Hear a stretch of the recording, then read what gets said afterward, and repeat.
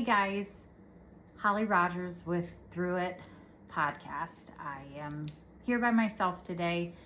Didn't want to have Paul sit through this and make him uncomfortable. I'm going to do my best to get through this and pause if needed to talk about what happened on the day my son passed away.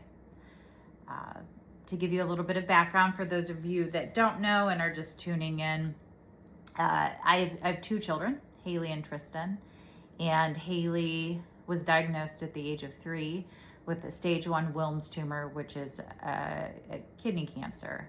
They said if your kid gets cancer, this is what you want them to get. And I'm grateful that we stayed on top of her well checks, and we found it at a stage 1, and she was asymptomatic. At that point, I was about 3 months pregnant with my son, Tristin, and my mom had been diagnosed with stage 3 colon cancer a month prior to Haley. I had my doctor keep a very close watch on myself. I brought Haley to a lot of my appointments with me to show her that mommy had to go to the doctors too. Mommy had to get pokes, and everything was looking good for him. I just needed reassurance that he was going to be good. So I went into labor on April 12th. It was an easy labor, and he came out a lot easier than what his sister did. And everything, was great. And I sent him off to the nursery for the night. And I remember thinking, well, this is odd. Gosh, they haven't brought him back to me because I was going to nurse him. And at some point in the night, a cardiologist came in and said that Tristin had scared them and he had turned blue. And it could either be his heart, his lungs, or both. It could mean that he's going to grow out of it, or he could need surgery. And by the morning, they had confirmed that he had a condition called tetralogy of fallot. I remember crying. I couldn't believe that this was happening again. My former husband and I were both healthy people. There was no family history. I had read all the books. I had done all of the things. I had done all the prenatal meds. I had read all the books. I had gone to all of my appointments. And here we had 2 children with life-threatening medical conditions. My mom was an echo tech. I called her, and I remember her response, trying to remain strong, and her just saying, "Oh my," and then calling my dad and of course my husband at the time. Fast forward, he had his first open heart surgery at 1 week, 6 days old. They weren't able to close his VSD, which he had a significant hole in the lower portion of his heart, which is a ventricle septal defect. He had an overriding aorta. His right ventricle was a little bit larger than it should have been. And then he had his pulmonic valve wasn't working like it should.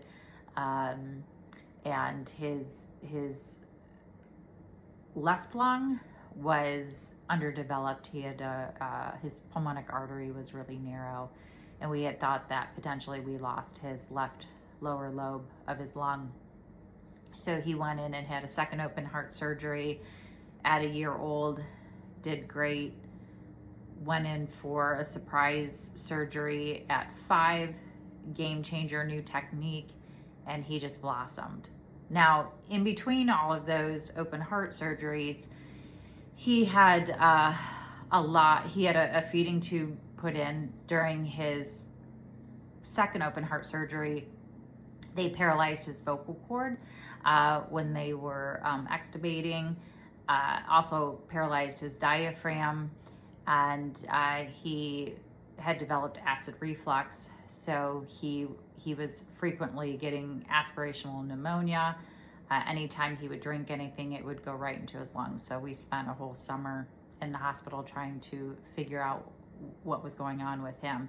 instead of putting him through a vocal cord surgery, we put him in speech pathology to teach him how to work with what he had, and that was successful. But he did have a nissen fundoplication, where they took the upper lining of his stomach and wrapped it around his esophagus to prevent him from vomiting.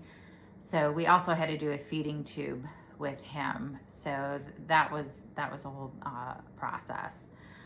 He had, I think, about 11 interventional heart caths that were high risk, where they would go in through his femoral artery, which is down near his groin, and would go up and try to stretch things out, specifically his pulmonic artery. We had a scare with that at one point, where the stent that they were placing shot over into his right pulmonary artery, but thankfully it placed itself in a good position. And that whole procedure ended up determining that we were going to do an open heart, a third open heart. That was unplanned when he was 5. And as I had mentioned, that procedure went great. So he had gone through all of these procedures, really coming through with flying colors. He tolerated everything well, always had a good attitude. We had a lot of support from friends, family, the community, and we knew that he had one more open heart surgery that was basically just changing out some parts because he had grown. Tristin was a funny guy. He had a little bit of, he had a raspy voice from the paralyzed vocal cord, but he was a funny kid. Good student, loved computers, loved gaming, loved writing, started to get into sports. He became, a baseball player. He had the opportunity to play basketball. He was not a basketball player. He played some soccer. He danced for several years. He did gymnastics. So we tried to let him be a normal boy. He rode his bike. Everything was a little bit harder for him, but he did it. So we determined in 2023 that it was time for him to go into surgery. He was asymptomatic, but his pressures in his heart were changing, and it was time to do this. He was weightlifting, active kid, doing really, really well. And I did cry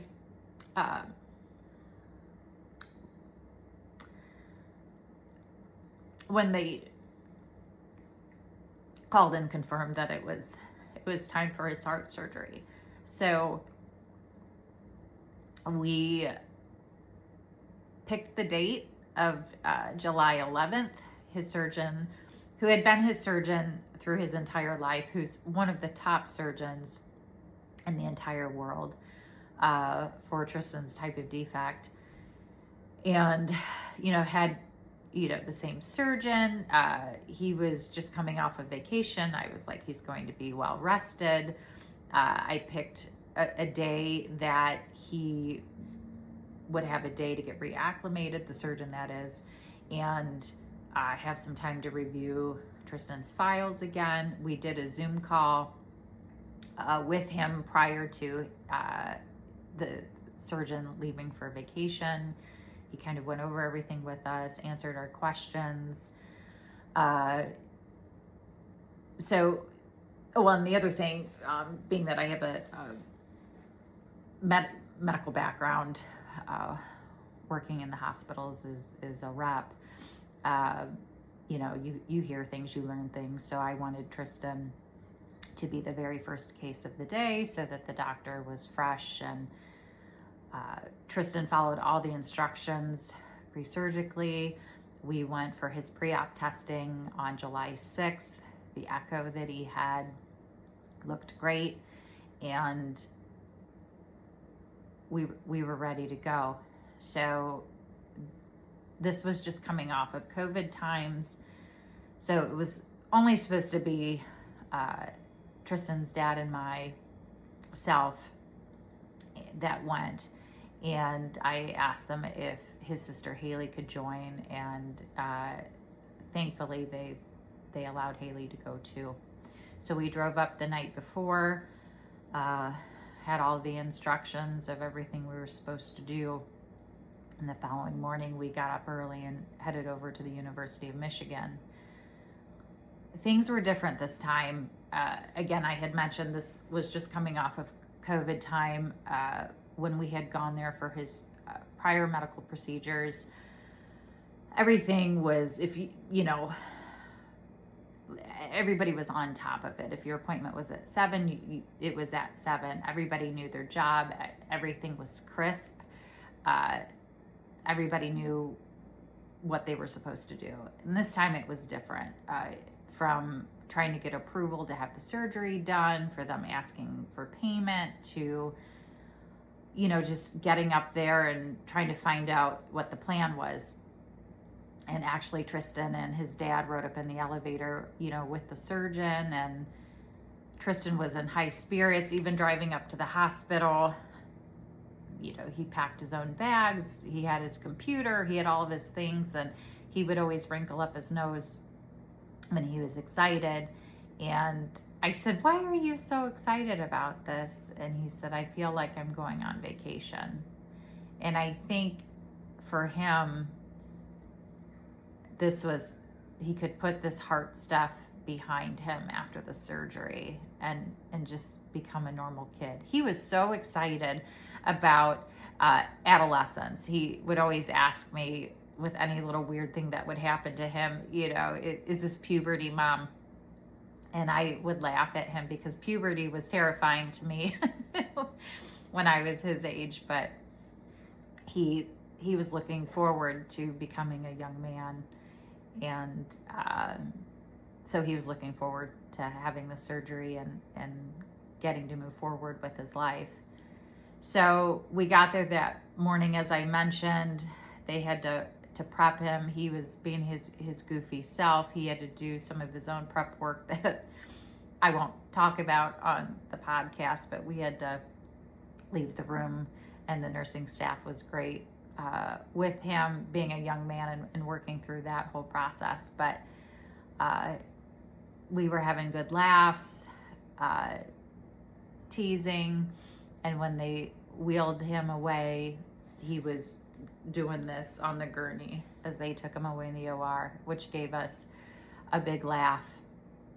The surgeon, prior to taking Tristin back, told Tristin that they would take good care of him and that there was only a 1% chance that he would die from this. And I always hated when the surgeons gave us percentages, because the likelihood of us healthy people having, proper medical care, of having a cancer child as well as a child with tetralogy of fallot, is almost unheard of. But when they said that, I was like, that's important for Tristin to hear, that he's going to come out okay. So we went back, we sat in the waiting room. As I mentioned, everything was a little off. They had a gal that was updating us, and historically it had always been a nurse, and this time it wasn't. And she kept giving us updates, and they weren't making sense to me. And I would ask her about that, and then she would go back and ask for clarification, and she'd come back with, a different answer, and it was a little bit unsettling. But I just kept getting reassurance. We kept getting reassurance that everything was going well. So at the end of the procedure, the surgeon came out, said Tristin did well, surgery was a success, but he had noticed some petechia on T, and those are like little purple dots. They almost look like bruises or a rash. And I said, "Oh, he's had that before." Or I said, "He turns pink sometimes when he's coming out of anesthesia." And he goes, "This isn't pink, it's purple." And I said, "Well, he's gotten petechia before from like if the hospital had used a detergent that agitated him, or if I had changed detergents or something." So the surgeon was like, oh, okay, well, you guys go down and eat and then come back up and see him. So we were relieved. We were telling everybody that the surgery had gone well, and we were told we were allowed to come up to see him. And we walked up, and there was a couple nurses, and we said, we're here for Tristin Apgar. And the nurse said, he's in that room, and for whatever reason, there's like a ton of doctors and staff down there. And I thought, well, that's odd, but maybe they're, still just trying to get him settled. So we walked in, and I could see the panic in everybody's face.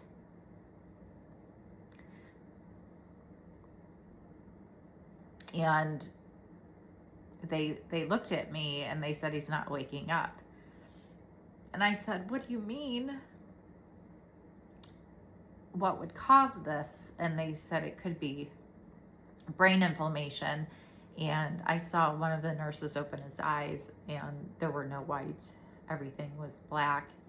And then another nurse came down by his feet and pulled up the sheet, and they said, this is the rash that he has. And I said, that's not a rash. He looked like he had been run over by a truck. He had bruising all over his body. And when I asked what could be causing him not to wake up, they said brain inflammation. And I said, don't you guys have a monitor on his brain? And they said, we do, but you're going to have to ask the surgical staff about it. And I'm trying to listen to what everybody's saying, and I see the panic, and I hear the doctor say that he needs to go have a brain scan stat. Thankfully, one of my friends, who is one of my black belts, is a physician at U of M, and he came up to check on everything. And at that point, that's when he walked in, and I filled him in real quickly. So he followed them to try to get more information. And when they came back up, that's when they told us that he had catastrophic brain damage from an immense amount of air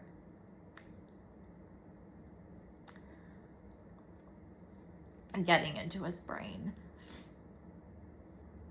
So nobody seemed to understand why that happened. They said that was the first time that that's happened at the hospital. Everybody was very distraught, including us. I'm praying for a miracle and watching my ex-husband cry. I'm watching my daughter cry.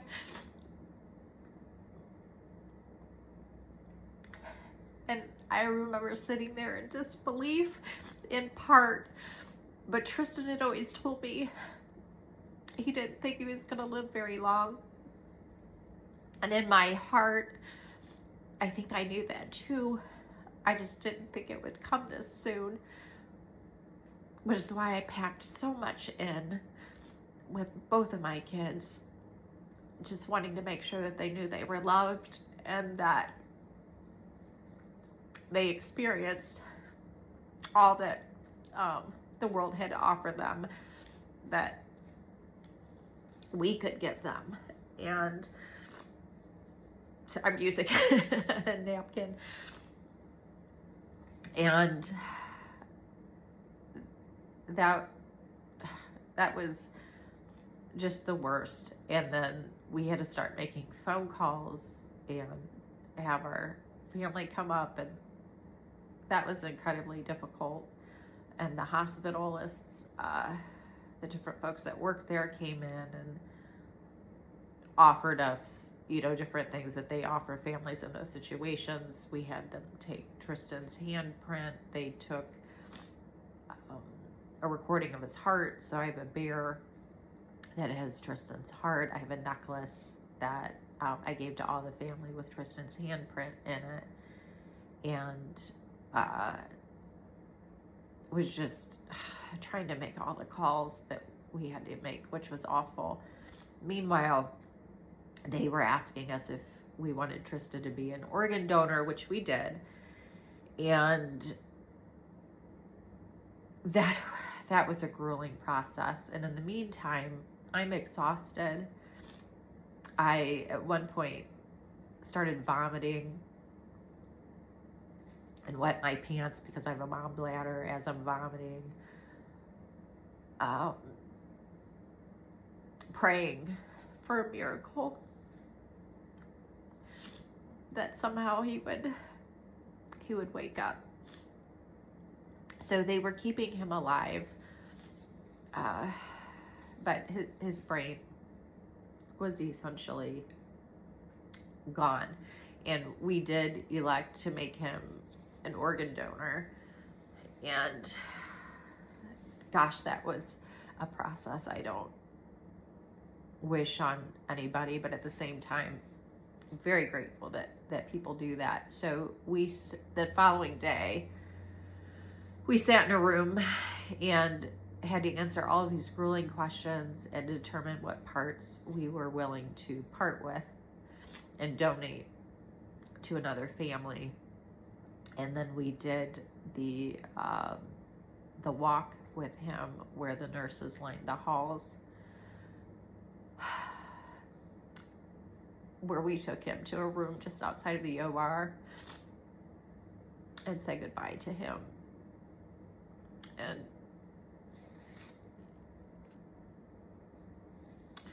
so we ended up saying goodbye to him at 1:07 p.m.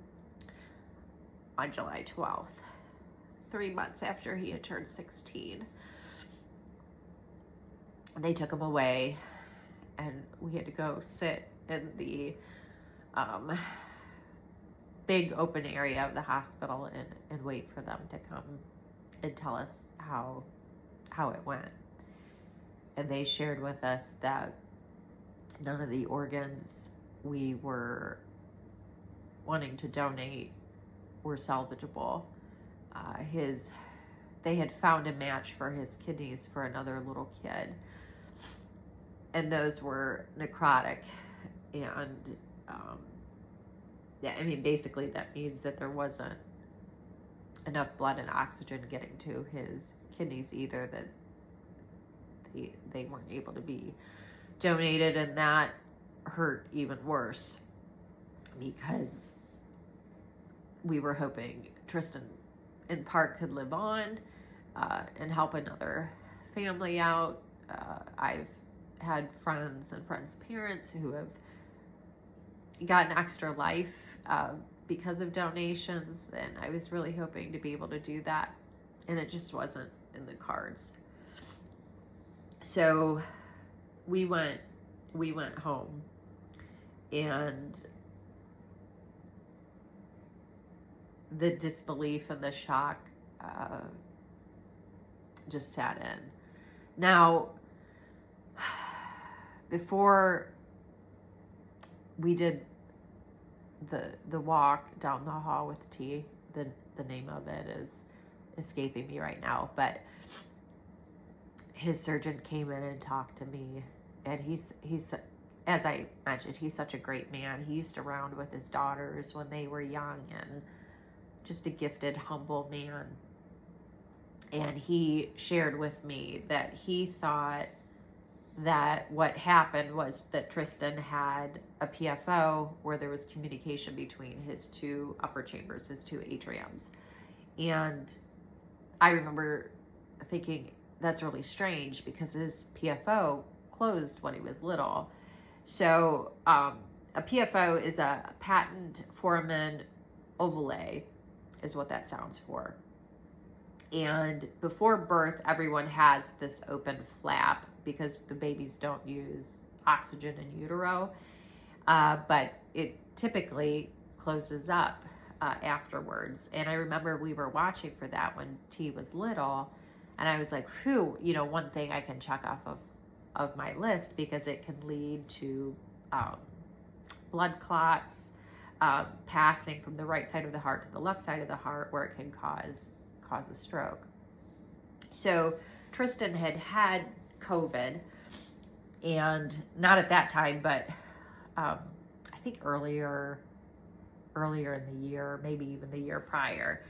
And Haley's oncologist had told me that if either of my kids get COVID, I need to send them for an echo, because there had been studies or reports stating that kids were, COVID was attacking their heart valves. And I remember thinking, oh great, here I've got a kid with a heart defect that could affect him. When we did the echo, after he had COVID, the echo looked great. We did an echo prior to open heart surgery, and that looked great. And so I was shocked to hear that there was some sort of communication between the two atriums that hadn't been there. So I feel as if COVID affected that. Now, the surgeon said that it was a very, very small hole, but the only thing he could think of was that there was a little bit of air getting to his brain for a long period of time, and that's what caused it. But in his heart, that wasn't making sense to him. And it wasn't making a lot of sense to me, because those holes aren't completely uncommon. And then for the fact that he said that this hadn't happened before. They do what's called a bubble study ahead of time, and Tristin's bubbles came late, which they still consider a negative bubble study. So the importance of all of that is, if it's a positive bubble study, they will clamp off the aorta, and that's going to help prevent the likelihood of the oxygen getting to the brain and causing brain damage. They don't like to do that because it does put extra stress on the heart. And so even though he had bubbles, they came late. That was at that time considered a negative bubble study. They did make a change after everything that happened with Tristin, that now there's kind of a maybe category. So I was happy that they tried to make a change and learn from what happened. But I'm not so sure, in talking to Tristin's cardiologist, that that's necessarily what happened. They did have him hooked up to a NIRS study, which stands for near infrared spectroscopy, and that measures how much oxygen is getting to the tissues, specifically the brain. And there were some times where that looked a little funny, but I had a different physician in a different state review Tristin's records, and he said it looked like the oxygen went to the back of his brain as opposed to the front, and that's why the NIRS study didn't pick up that there was something wrong. They did notice during surgery that he had elevated lactic acid. They did bring in a second perfusionist at some point to look at things. The elevated lactic acid means that there's not enough oxygen, again, getting to the organs. So this seemed to be a theme during his procedure. And of course, I don't know at what point they do anything, if they can do anything. But these were just some of the things that I had learned. The other thing that I had mentioned is that they kept saying he had a rash. And I was like, that is not a rash. Well, here they thought it was petechia, maybe from the bed sheets with whatever the linen was washed in. He ended up in DIC, and I had never heard of that before. And that stands for disseminated intravascular coagulation. It's life-threatening. It's when your body starts to forming tiny blood clots throughout the bloodstream. And these blood clots use up the body's platelets and the clotting factors. And then once those are all used up, the person can no longer clot, and they begin to bleed out. So Tristin's whole system was in disarray and was awful to see.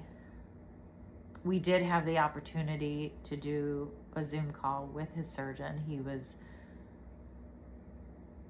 as I mentioned, just a wonderful person. I don't think he did anything wrong. I think he did his job. He was gracious enough to answer our questions. I asked a lot of questions. I was doing a lot of research. I was trying to find out if the tubing on the bypass machine was going in the right direction. Had there been a recall? Had they had any sort of issues with that piece of equipment historically? Anything that I knew from my background that could help us solve what happened. And what I think happened, and what some others think happened, is that there was trapped air, and when they closed him up, that trapped air went up to his brain, because they did a TEE probe on him, which is a transesophageal echocardiogram.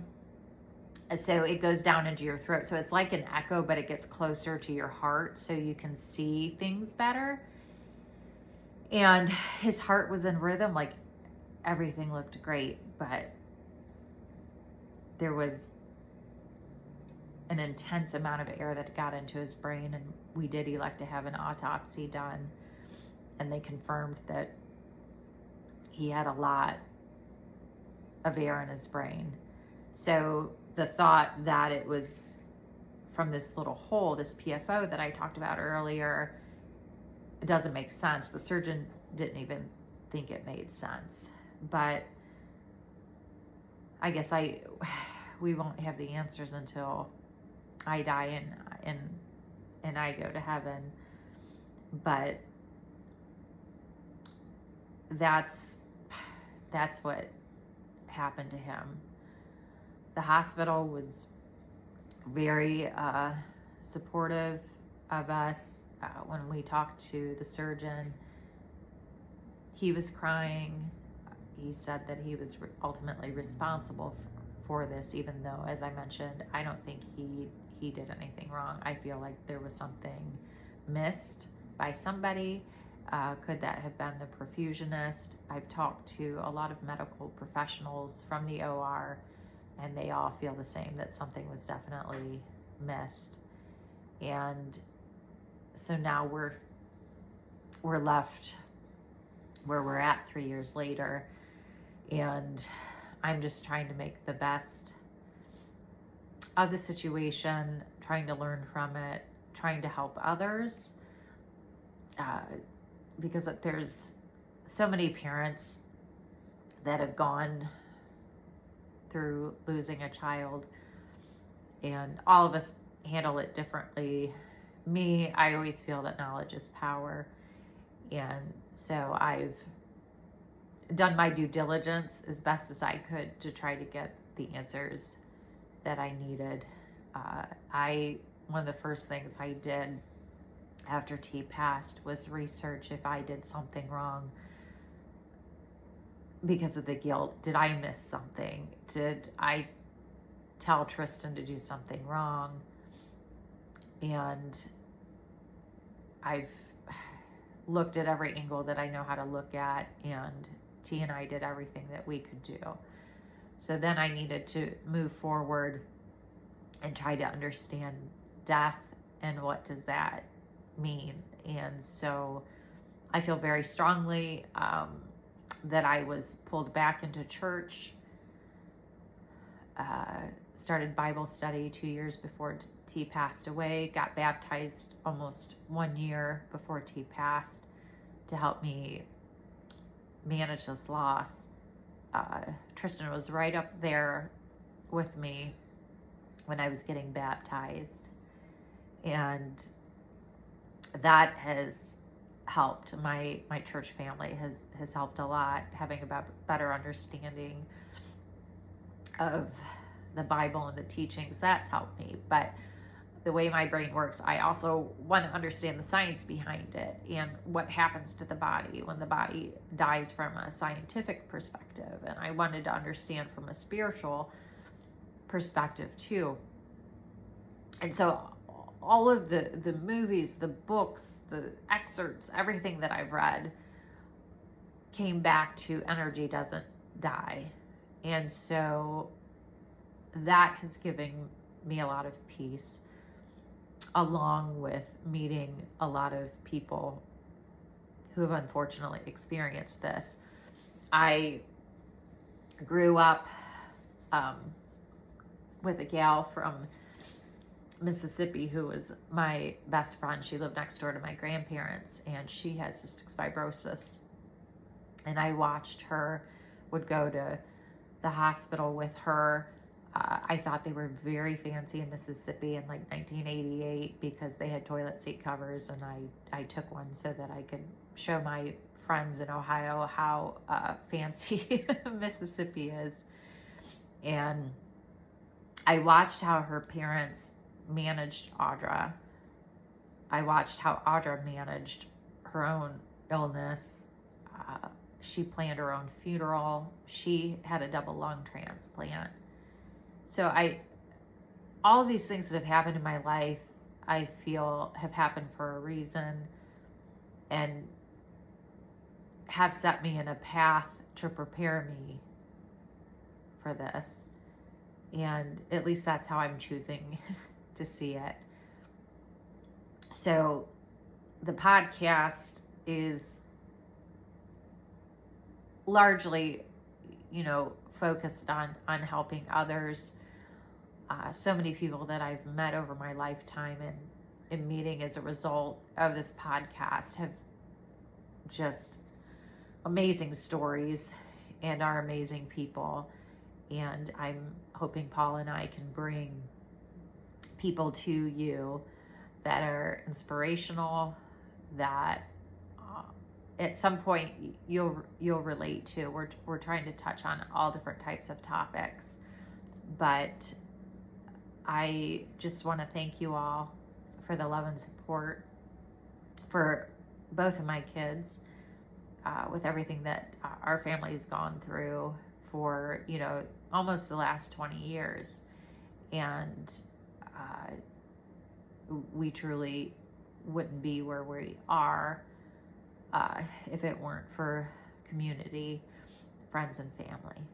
So if you have any questions, if you'd like to come on the show, please email us at, I think it's podcastthroughit@gmail.com. Thank you.